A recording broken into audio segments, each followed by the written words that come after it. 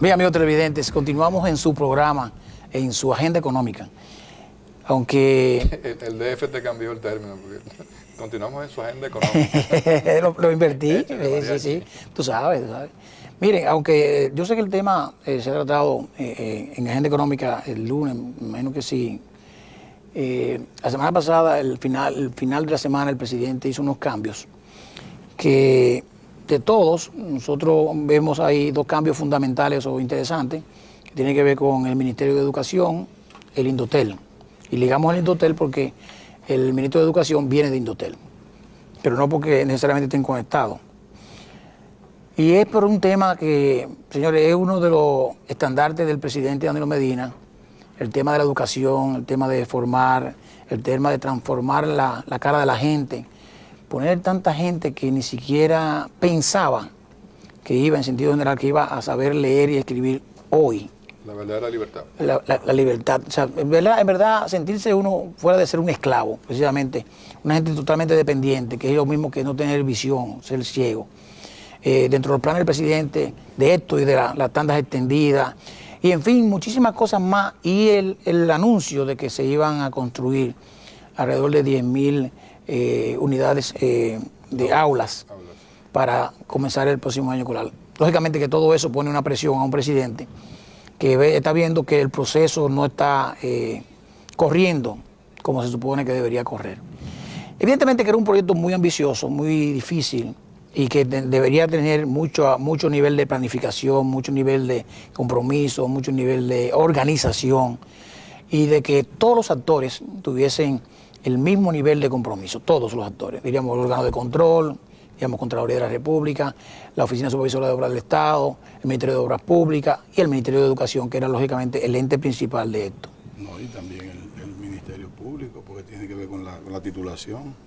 Bueno, ese es un tema que salió después porque no se entendía que no habían terrenos, pero lógicamente, sí, había, y el SEA también. El SEA no quiso meterse y ahí se habla también y se conecta. El SEA no quiso cooperar. Se conecta con lo del SEA porque se supone que el SEA es el propietario de todos los terrenos que hay disponibles en el Estado. Aparentemente el SEA no quiso cooperar con el plan. Puede ser, pero en realidad yo creo que la ministra Josefina Pimentel, que estuvo ahí alrededor de, la ex ministra, que estuvo ahí alrededor de 3 años aproximadamente, 2 años y pico. Hizo un buen trabajo. Yo sé que al final siempre de que hay un cambio, la gente dice, bueno, si hacen una encuesta ahora, la señora ministra sale mal.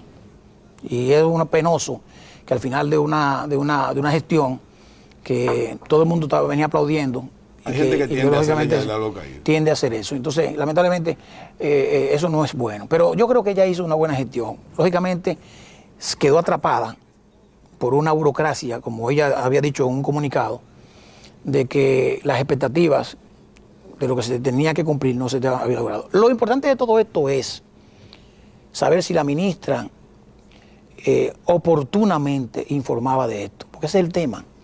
O sea, un ministro tiene una responsabilidad. Las que habían con las erogaciones. Con las erogaciones, con las cubicaciones, que si no había terreno. La burocracia del Estado. De la Contraloría, lo que fuere. O sea, lo que se puede llamar obstáculos, que quizás la gente dice burocracia.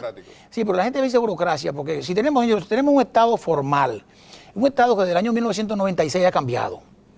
Un Estado que se transformó, ¿por qué? Porque hubo leyes de reformas éticas, normativas de controles internos, de controles externos, que hay que cumplir. La ley de compra y contrataciones públicas, todo eso se hizo en el PLD. La seguridad social. Todo eso se hizo en el PLD. Todo eso se hizo en el PLD. Y lógicamente en el medio de eso estaba Hipólito Mejía, que también continuó. Sí. Inclusive hubo algunas leyes, algunos decretos también, que iban también en sintonía con lo que el PLD como partido, como gobierno, había iniciado con esa carrera de esa transformación de las reformas. Pero la gente a veces cuando esos se ven, esas exigencias de esos organismos de control, los ven como un obstáculo. Y no necesariamente es así. Lo que pasa es que hay que ser inteligente. Y no quiero decir que no sean inteligentes, sino hay que ver cómo oportunamente uno ve un problema y el mismo órgano regulador, el mismo órgano de control también debe cooperar para que esa visión del presidente, que todos tenían que saber que era una posición política, no se vea afectada. Hoy, gracias a Dios, el ministro de la Presidencia, el administrativo, ha dicho, al final del ejercicio del año escolar, No vamos a poder. tendremos, no, pero al final del ejercicio del año escolar, tendremos las 10.000 aulas. O sea, al final del año escolar. O sea, no al inicio. Sí, pero, perdón, para el final del año escolar, Del 2013 ya 2014. deberían estar en proceso las 10.000 Las otras, adicionales. las otras están, claro, Entonces, del 2014. Entonces, al final deberán haber 15.000, Bueno, mínimamente. bueno, pero por eso nosotros inclusive decíamos, cuando Pero el presidente siguen llamaba la habiendo atención a un ingeniero que Arenoso. decíamos, bueno, habría que ver, y buscamos en el periódico donde esa ciudad de Arenoso, en el año 2011, había pedido encarecidamente al presidente Fernández que ese liceo fuera hecho o concluido, pues no había iniciado. Y no sabemos ni cuándo comenzó. Y no sabemos ni siquiera si esa forma parte de las obras que se concursaron. No, pero no fue parte de las que concursaron, ni tampoco es una obra que está en el presupuesto del año 2013, en el presupuesto de la Nación. Entonces. Por lo tanto, es una obra que quedó rezagada.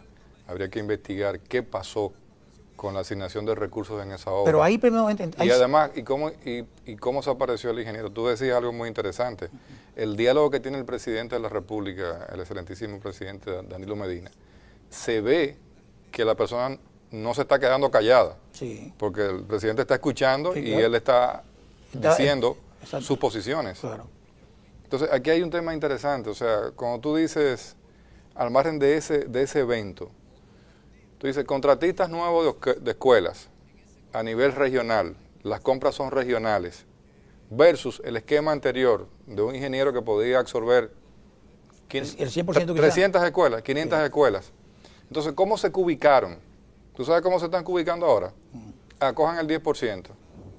Oye, la misma burocracia entrampa a una persona valiosísima, un ingeniero nuevo, un arquitecto nuevo, que no tiene la experiencia de Estado, de ser inteligente y decir, déjame pedir un 40 de cubicación, porque si me van a dar de 10, yo voy a vivir, y la cubicación, y sale el cheque. Además, ¿tú sabes lo que significa a nivel regional? Por ejemplo, en Arenoso, como decían, no, que los cuartos estaban, no, que los cuartos llegaron, no, que me lo dieron hace 11 días. ¿Tú sabes lo que significa un ingeniero reubicar un proyecto? Sí. Si no hay dinero, lo lleva a un proyecto que tenga dinero. Entonces, cuando tú dices, llegó el dinero, entonces tú tienes que buscar el maestro, el carpintero, el otro, el de la mampostería, los recursos, el cemento, la varilla, la arena. ¿Y qué tiempo tarda eso? Pero ahí entra, José Manuel, el nivel de supervisión. O sea, ¿quién supervisaba a quién? O sea, lo primero es que la palabra empeñada del presidente hay que protegerla. Sí. Y todos los actores tienen que, evidentemente, darle seguimiento a todo eso. Sí, pero... oye cómo es.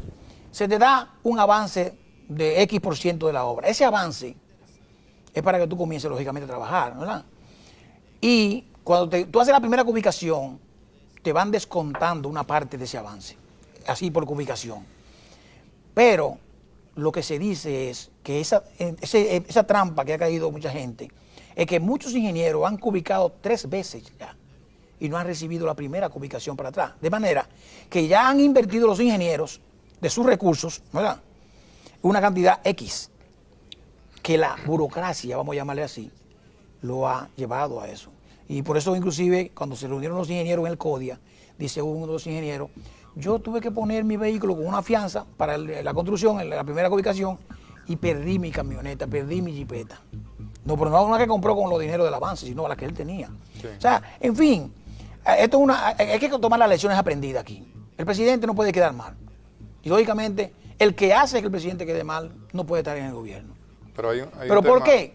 Porque la burocracia que fuera, tú tienes que saber cómo desmontarla, cómo hacerlo y cómo informar. Y la gente a veces dice que cuando tú dices algo que está mal, estás chismeando.